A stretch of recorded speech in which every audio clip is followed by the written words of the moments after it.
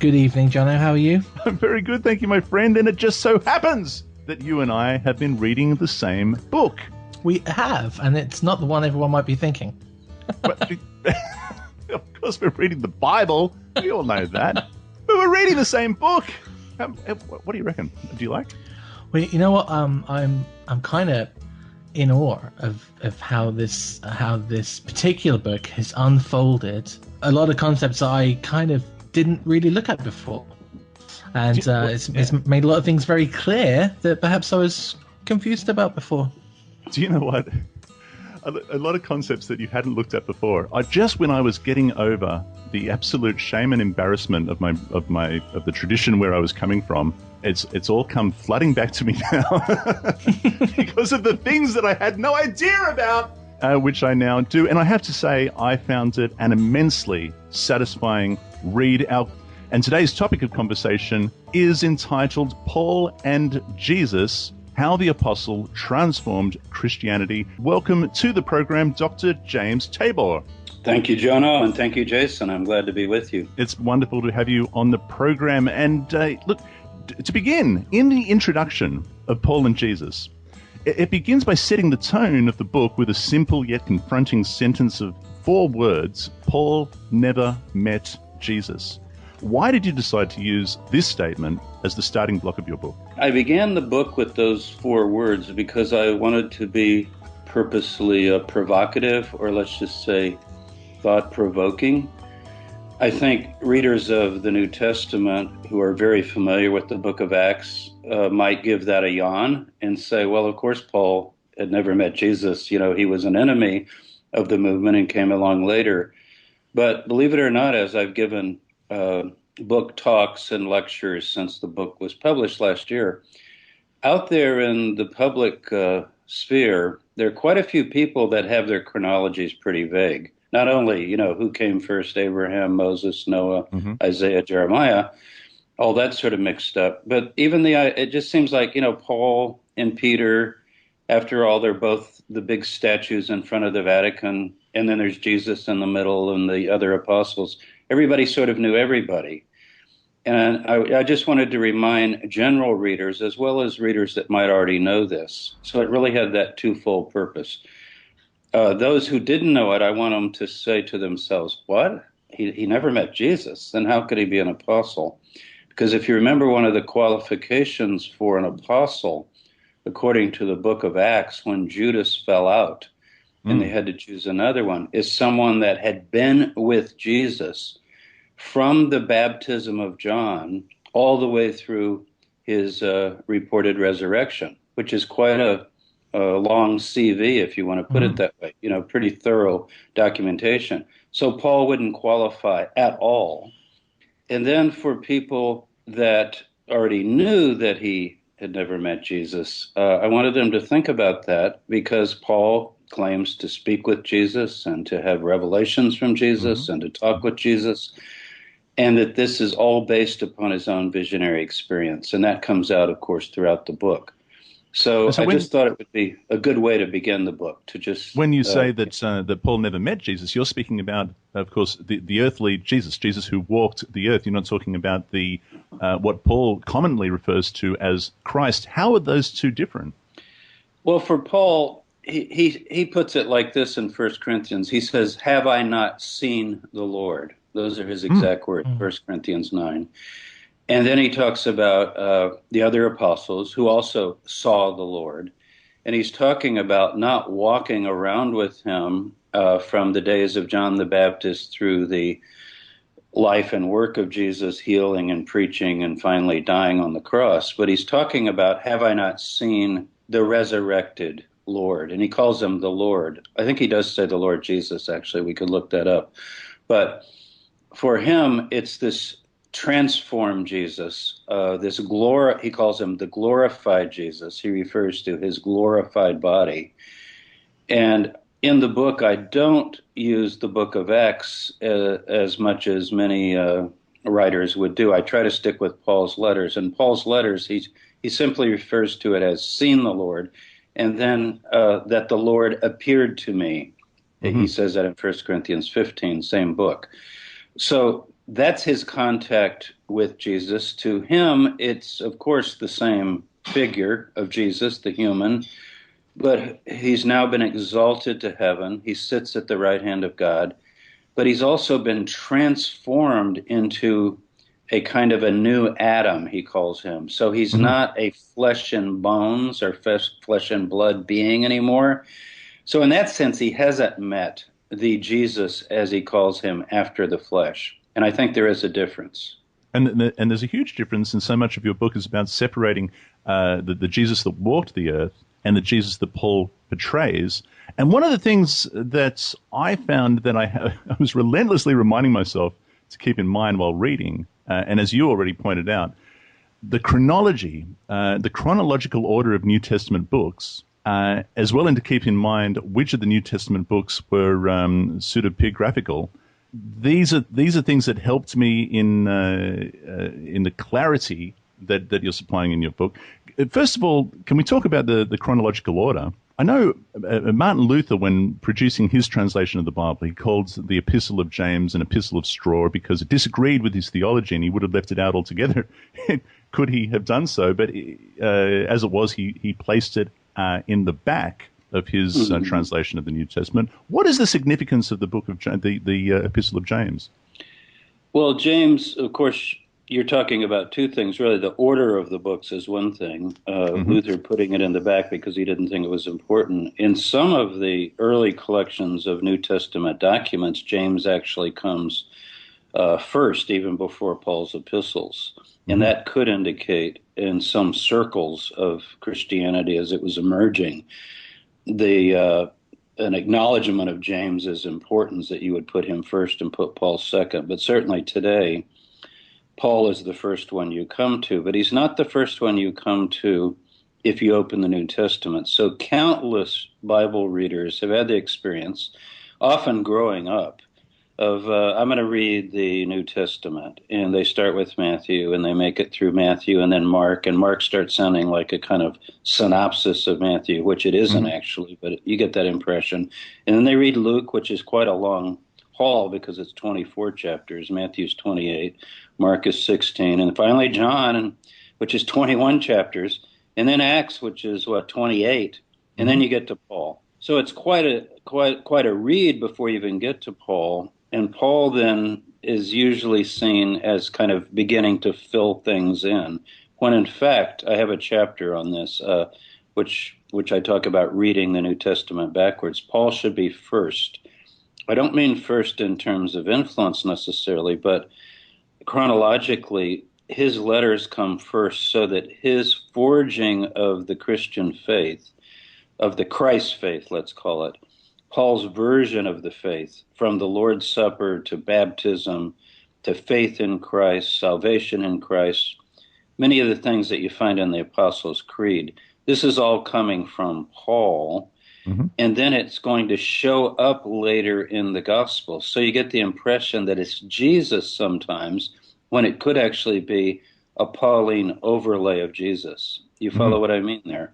I am. So if I can just clarify, you would like to see the letters of Paul first because of the influence that they had on the other books, on the Gospels. Chronologically speaking, though, if I may clarify, was James, did he write his epistle before Paul wrote his? Well, we know so little about James, and we know so little about his epistle, unfortunately, his letter. Critical scholars would even question whether James could have written it, but it's attributed to James, and it is James, the brother of Jesus, the well-known figure who Paul refers to with great respect as being one of the pillars of the church and really in charge of the community, let's call it, rather than the church, the Jewish community, the Messianic community. And I wouldn't suggest that we reorder the New Testament itself. I think that would be kind of futile. I mean, it is what it is, and it's developed as a historical document. But in reading it, keep in mind that if you're reading Matthew, you're reading a version of Jesus that's been filtered through a Pauline lens several decades after Paul, Peter, James, and all of them are gone. In other words, you're reading, I think, a post-Pauline gospel. You're not getting purely Jesus as he was, say, in the year 29 CE. You're getting Jesus theologically remembered in the 80s or 90s CE. You see the difference? Absolutely. Just to keep that in mind as you read it. Doesn't mean that nothing in the Gospels goes back to Jesus. Of course, a lot of the Gospel go back to Jesus, but the theology in particular, I think often can be traced earlier to Paul than to Jesus.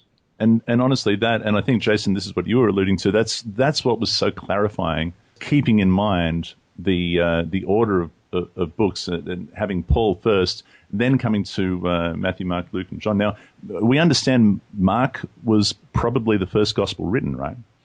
That's certainly my view. As you know, if you have two scholars, you have three opinions, and they don't have to be Jewish. So to have that division, Protestant scholars and secular scholars also disagree. But that is a consensus. I would feel it quite strongly after teaching New Testament and Christian origins now for all of these years, that it gets more and more reinforced by the evidence for me that Mark wrote first, exactly. And I don't know where to put James. You had asked about where to date James. Yeah. Obviously, if James had anything to do with writing it, it has to be before 63 CE. And certainly it stems from James or from the circle of James. What's so amazing about the book of James is it has no elements in it that you would normally associate with Christianity, meaning Paulinism. And I think that alone, as you just take the book of James, read the 5 chapters, and ask yourself, what faith is this? Now, the word Jesus is mentioned 2 times, once in the opening and once, I think, in chapter 2, about holding the faith of the Lord Jesus. But in terms of the kind of religion that you get expounded in the Epistle of James, you could not identify it as Christian in any way. It sounds a lot like, if your readers know the tractate Pirkei Avot in the prayer book and the Mishnah, it sounds a lot like Pirkei Avot, very much like it, in fact. Just general Jewish ethics about behavior and faith and the tongue and warnings, about morality and so forth. So it's interesting that you should say that. Let me ask you this question. If it was not for Paul, do you think it might have been possible that, say, a document like Q might have found its way into the Talmud? Not Q, because Q still is very much coming from the Rabbi Jesus, the teacher Jesus, and it's very much Jesus centered in that way. I wouldn't think it could get into the Mishnah or the Talmud. But some of the precepts, of course, are in fact paralleled, particularly in the teachings of Hillel, Rabbi Hillel, that's quoted in the Mishnah a number of times.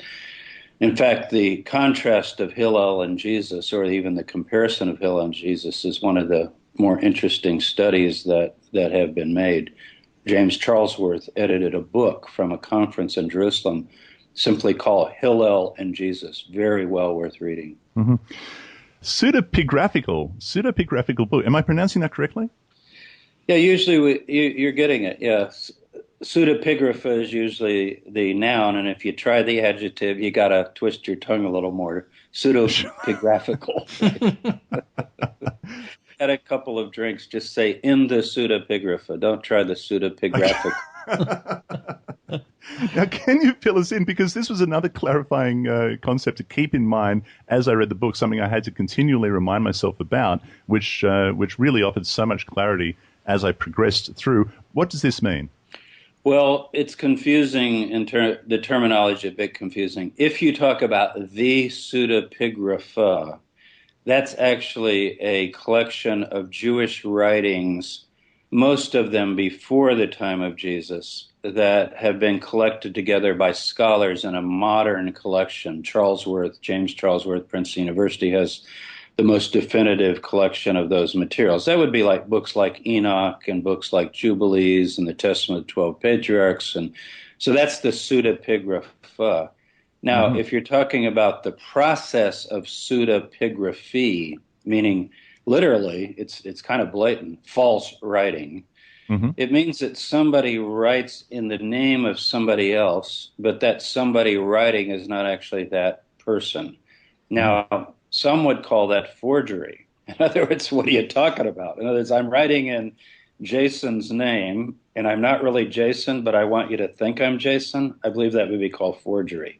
Of course. But there is the idea among the academics, at least, that a school of a teacher, let's say the school of St. Paul, in other words, after Paul is gone, Pauline followers and adherents would take his writings and use portions of his actual writings and weave them into narratives and so forth and kind of create things in his name that would then be later taken to be actually from his hand. And so within the New Testament, we actually have 4 Pauls, believe it or not. We have a core of 7 letters, and those are the letters I use in the book, Paul and Jesus.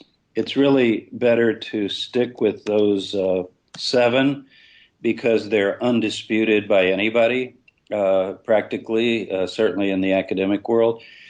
And really, you can get the core of Paul with those letters. So then there's no use in delving into the others. And that would be 1st and 2nd Corinthians and Romans, Galatians, Philippians, Philemon, and what am I leaving out? First Thessalonians. And that's what you would refer to as authentic. So those are your Paul. 7. And then you've got another collection of materials that are closer to Paul than the 3rd tier, but scholars doubt whether he wrote them as autograph copies. And that would be books like Ephesians and Colossians and so forth. And so I don't quote or use those just as a matter of method. It doesn't mean that nothing in those books is acceptable, but in terms of a clean method, if you stick with the 7, you're safe. And then you have the 3rd tier, which is 1st and 2nd Timothy and Titus, which many, many scholars, even more conservative scholars, would say, well,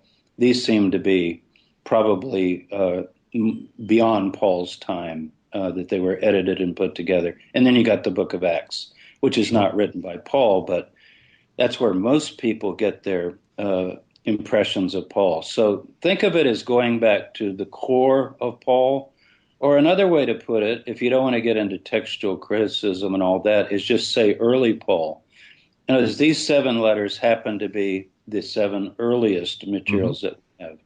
And that's another way of thinking about it. And so I construct the entire book upon those 7 letters and what they say, and certainly must be getting then at the core message.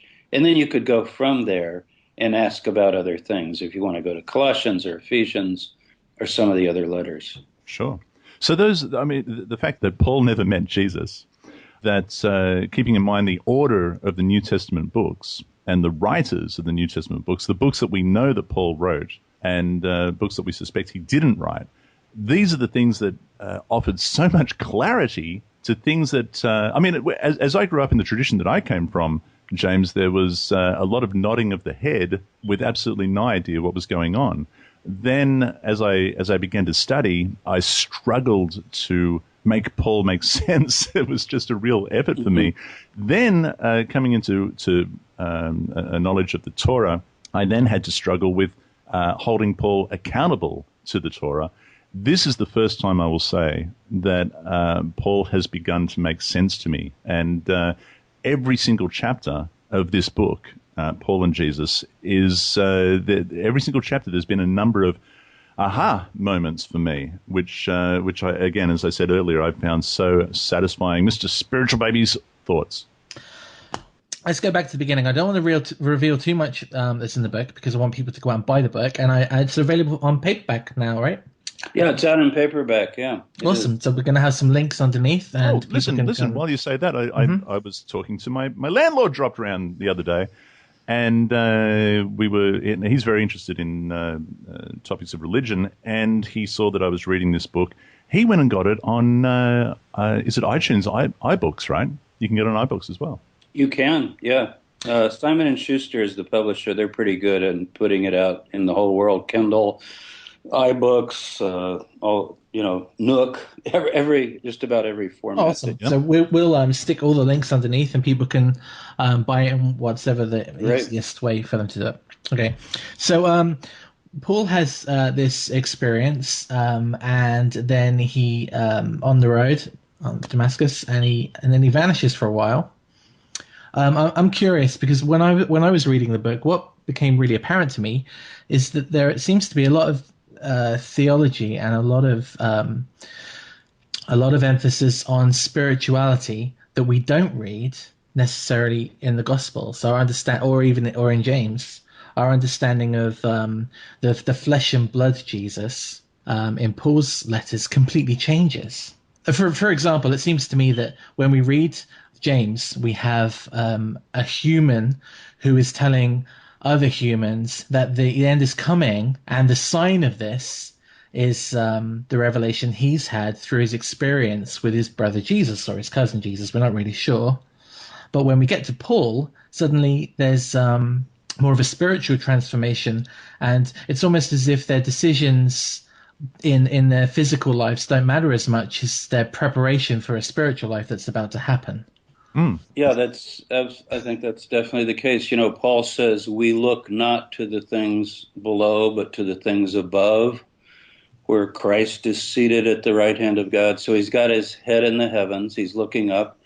He says the things that are seen are temporal and the things that are unseen are eternal. Sounds a lot like Plato, if you think about it. We call it dualism. It's this idea that this world is just a kind of vestibule of the real world. Remember Plato's allegory of the cave, and that reality is actually somewhere beyond in a world to come where we all really belong. And this is actually not the Hebrew view of the world. The Hebrew view of the world, of the cosmos, is that this is in fact a very real world, and this is the arena, Genesis 1, that God created, pronounced good, good, good, very good. And it's the place upon which humans are to grow and develop and live out their lives in terms of human history. And so Paul is expecting the end of history. You notice throughout the book, he's looking to the heavens, but he's also thinking that very soon, and I mean very soon, it might have even been months or a year or so, he's thinking, the end will come. You'll look up in the clouds, you'll see Jesus in the clouds, the dead will be raised in Christ, the living will rise to meet him, he says literally, in the air, and so will ever be with the Lord. And you get this idea that it's all done. He even tells people not to get married, don't go into business, don't worry if you're a slave, if you're free, if you're rich, you're poor, you're male, you're female, it's all going to get transformed. So you have to read Paul, every page of Paul, with this huge apocalyptic consciousness, or you're not going to get it. You're not going to get the understanding of what he's really passionate about. And he even says Jerusalem above is the mother of us all, which, you know, if you think about Jerusalem, it's a city. I think all of us, I don't know if Jason goes, how often he goes to Jerusalem. I've seen pictures of Jonah there very recently where Jerusalem is not the Jerusalem above. It's definitely the Jerusalem below, and the Jewish people going back to the land and so forth. So he is proposing something that temporally will soon be finished up, so to speak. Time shall be no more. And horizontally, in terms of this earth, there's going to be a fundamental transformation. He says the form of this world is passing away, 1 Corinthians 7. So you're absolutely right to get that impression. As you read Paul, you get the idea the end is near and you should be looking up. And there's nothing in history then that is really important anymore. Everything is ready to be transformed into this new state. He's living right on the edge of that, both horizontally and vertically. So what I found interesting is that growing up, and my experience of church is that perspective, Paul's perspective, is taken as a given. And as I've started to read the Tanakh, which obviously you're not encouraged to do in most churches, I've come to realize that view isn't shared in the literature. And I've also kind of gotten the impression now that view isn't really shared in Judaism. So it strikes me odd that this Rabbi Shaul, who sat at the foot of Gamliel, has these very, what appeared to me to be un-Jewish thoughts about the end of time and the latter days. Well, you have to be careful with Judaism because, Judaism itself from the time of Jesus, let's say the late Second Temple period into the Middle Ages, has its own developments.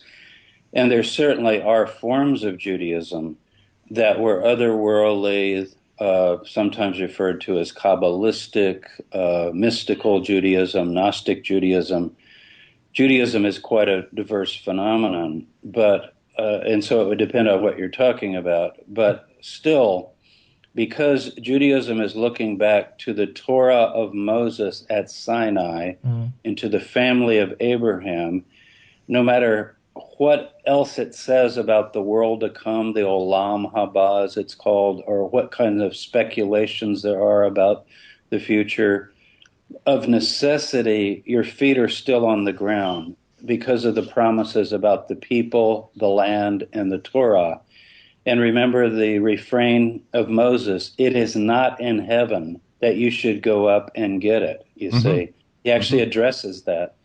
Now, as far as the Tanakh goes, the Hebrew Bible, or what Christians call the Old Testament, you're absolutely right. You could not construct from the Torah or the prophets any kind of futuristic scheme that would match Paul. In other words, those things are simply not there. A heavenly Messiah, a heavily apocalyptic view of history. It's very much of this world. That's not to say that there are no futuristic elements or projections of the future.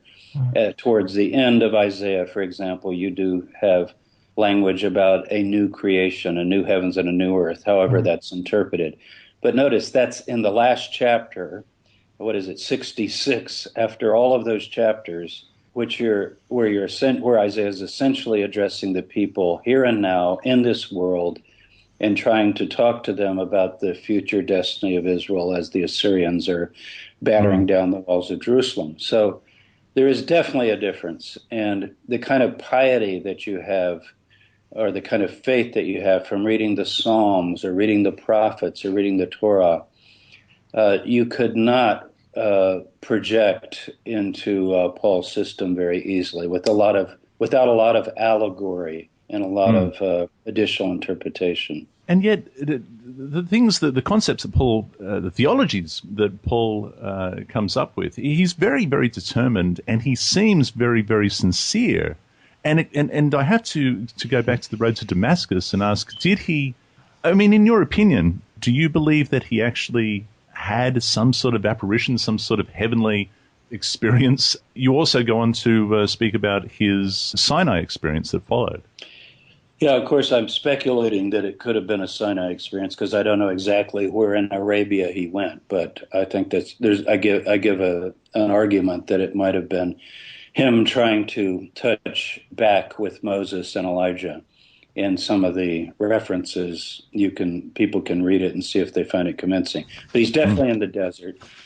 He's there for up to 3 years. We don't know exactly how long, but he has this encounter with Jesus. As a historian of religions, I really try to avoid passing a judgment on somebody else's religious experience. I'm more interested in recording and observing what they claim.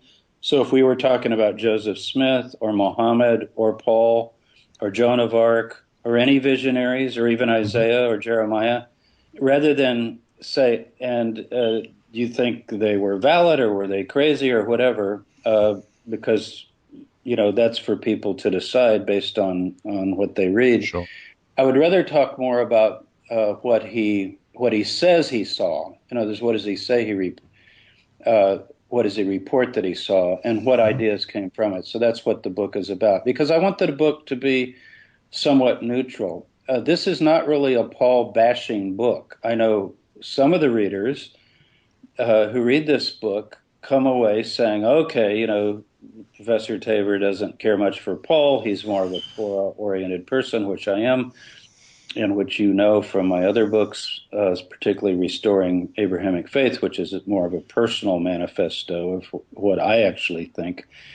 Uh, so they read Paul with that lens in mind. But I'm telling you, other readers of Paul, other readers of the book have said to me, you got Paul exactly right. And guess what? I believe him. Mm. And so they actually see the book as reinforcing their faith that the revelation Paul got was in fact correct. And I just gave them a real clear exposition of that revelation. It's very interesting. So, and I wanted it to be that way.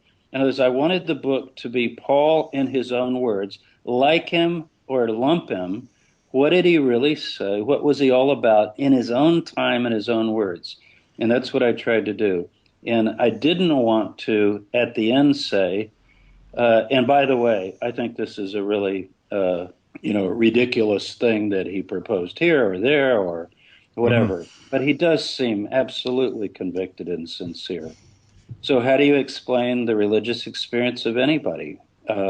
People come up with all sorts of visionary experiences, some of which I consider valid and others of which I don't. But for me, personally, if you're asking me personally, I want to go back to the Torah and the prophets as a kind of a benchmark.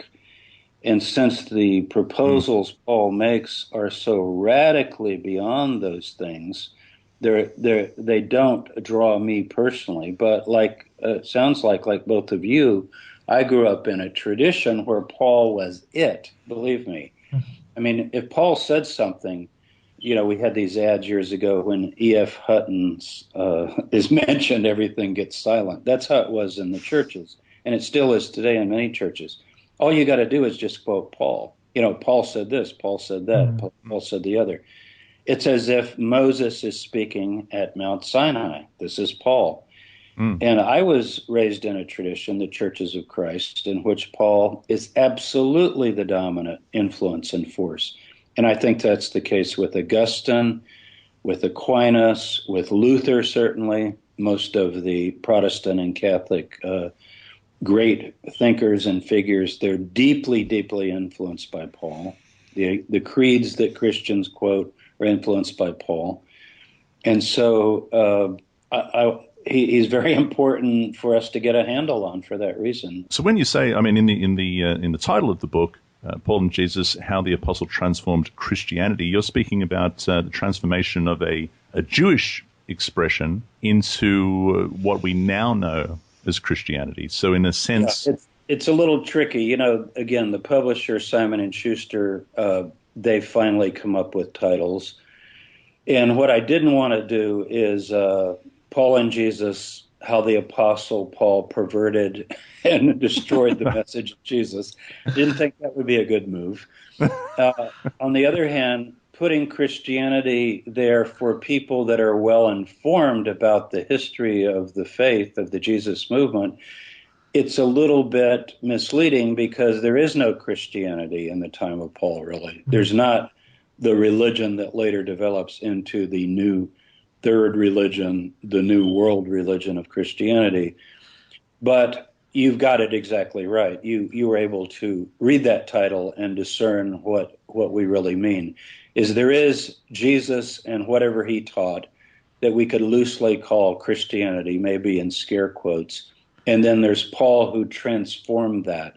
So the question is, how did he transform it? And notice transform is a fairly neutral word. It could even be a positive word if you like transformations. But if you don't think things should be transformed, if you think something is perfectly fine the way it is, then transformation could be seen as akin to some sort of apostasy or something like that. So sure, and then of course it certainly raises the question. It raises the question: what was it before Paul got hold of it and was victorious in furthering his theologies? What were his doctrines? What was it before then? Can we say with any certainty that it was like X, Y, Z? Well, I think it really turns so much on what we call our quest for the historical Jesus. This is this enterprise for the past 200 years that scholars have been engaged in taking the Gospels and other materials, but primarily the Gospels that we have in the New Testament, reading them critically and trying to discern what can we assuredly know about Jesus as he actually was as a historical figure, and peeling away some of the theology and some of the tradition that was added later. Mm-hmm. It's not a perfect science by any means. Some would say it's not a science at all, but it does have a method to it. And you can read some of the major books. I've written my own book called The Jesus Dynasty, where I offer my own take on what Jesus was like. But once you get that Jesus to your own satisfaction, what you think Jesus most likely was all about, what his core values and teachings were, then you could make a comparison with Paul. If you went strictly by the Jesus, let's say, of the Gospel of John, particularly in the red letter portions of John, he's going to come out very close to Paul because the theology of John has a lot of parallels to the theology of Paul. You got this pre-existent Son of God who takes on flesh. John says the Word became flesh. Paul says Jesus, took on the flesh in Philippians 2. And he dies on the cross for the sins of the world, and whoever believes in him will be saved. He's resurrected from the dead. He ascends to heaven and is returning again, and so forth. That sort of pattern is in John. It's here and there in some of the synoptics, Matthew, Mark, and Luke, but not as strongly, and certainly in Paul. So it really depends on what Jesus you start with. My own take on Jesus is that he is not a Pauline Jesus. In other words, he's not the Jesus of Paul. He would be the Jesus that we get pictured more in the book of James, or you referred earlier to the source we don't have anymore, but it's embedded in the Gospel of Luke, a collection of the sayings of Jesus that scholars refer to as the Q source, that was made before the Gospels were written. I have some of that in the book at the end. If you take those things in the book of James, you get a Jesus that really fits pretty well into the Judaism of his time. He's clearly messianic.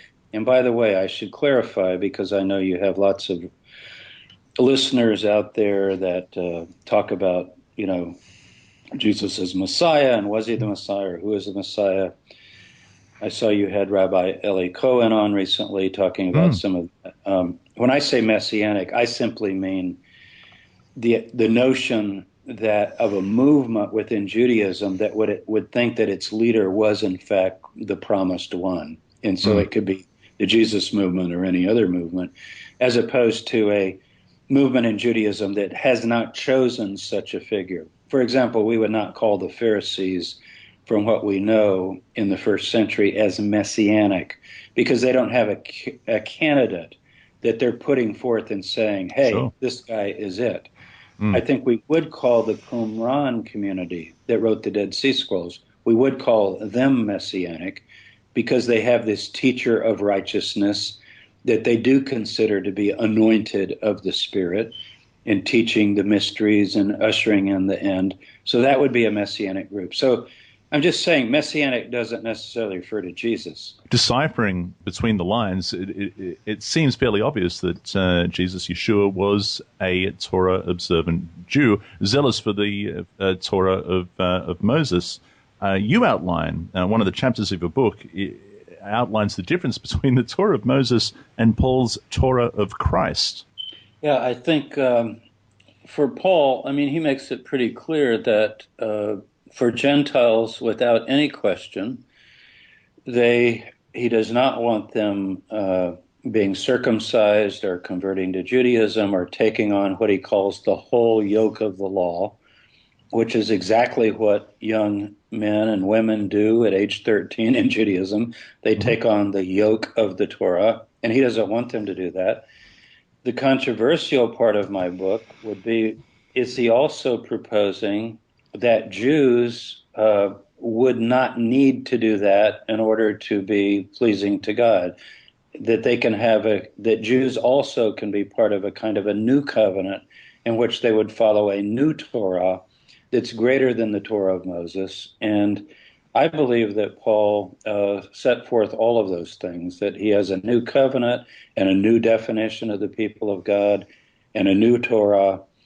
and a new definition of the land. He says Jerusalem above is now where we look, not Jerusalem below. And so he's actually taken all of the major elements that we associate with Judaism and transformed them in a way that I don't think we could possibly trace back to Jesus. I find that actually very interesting. In the Gospels, we read that Jesus gave the Great Commission to go out not to the nations and to the Gentiles, and that generally speaking, Jesus keeps to the Torah. And here we see Paul absolutely doing the opposite, and but still claiming to maintain a communication with this new spiritual Jesus. You do have in Matthew, Jesus says, "Don't go in the way of the Gentiles, and don't." He's only come for the lost sheep of the house of Israel. Mm-hmm. But at the end of Matthew, you remember you have the so-called Great Commission, where he tells them to take the message to the nations. But one of the problems is this is being discussed recently in several dissertations. Jason Staples is a scholar at University of North Carolina at Chapel Hill. He's writing under Bart Ehrman, and his dissertation argues that when Paul in Romans 9 through 11 is talking about going to the Gentiles, the not my people, lo ami of Hosea, that he really is thinking of gathering the tribes, the lost tribes, that they're Gentiles, they become Gentiles, but they're actually in the nations, but they're actually they're in the nations. They've been exiled. Yeah. So when Jesus in Matthew says, "Go and preach the gospel to all the nations," it can be understood as, look, the tribes have been scattered throughout all the nations. You need to go gather them back. Then you open the book of James, and what does he write? James to the 12 tribes to abroad. The 12 tribes scattered abroad. And then Peter, First Peter is very interesting. He says to those of the dispersion, which is the normal term for the scattering. And then he starts talking about don't live anymore like the Gentiles. He uses that term several times. And he says, you were once not a people, and now you become the people. So in the past, that's always been seen by everybody, I think, as, oh, well, they're just taking the language of Hosea and allegorizing it to apply to ordinary Gentiles that don't know God. But I'm not so sure they're that sloppy with their exegesis. I don't think they are. I think they might have had in mind among the nations pulling in these scattered Israelites. Now, that wouldn't mean that Gentiles don't come in as well. Remember when the prophets picture this regathering, this messianic regathering, you always have, I will gather others than those that are gathered. So Israel and Judah come back, or actually Judah and Israel is the order that's normally given, like in the book of Zechariah. Judah, the Jewish people, and then the scattered Israelites. But then Gentiles come as well. And I think that's kind of what Paul might have had in mind. So this brings me to the, I don't know that we had time to look into this right now, but you do make mention of Galatians in your book, where Paul publicly rebukes not only Peter but Barnabas in regards to eating with the Gentiles or eating with the Jews.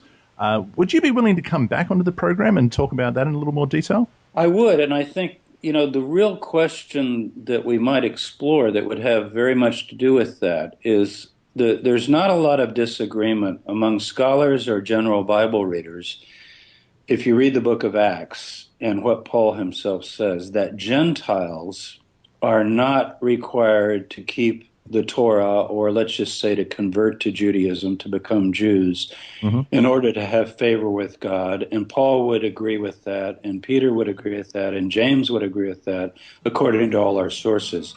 So the real question is, what I alluded to earlier, the real question is, did Paul, maybe not openly, but if you got him alone in a corner and pressed him and said, look, I really want to know what you think.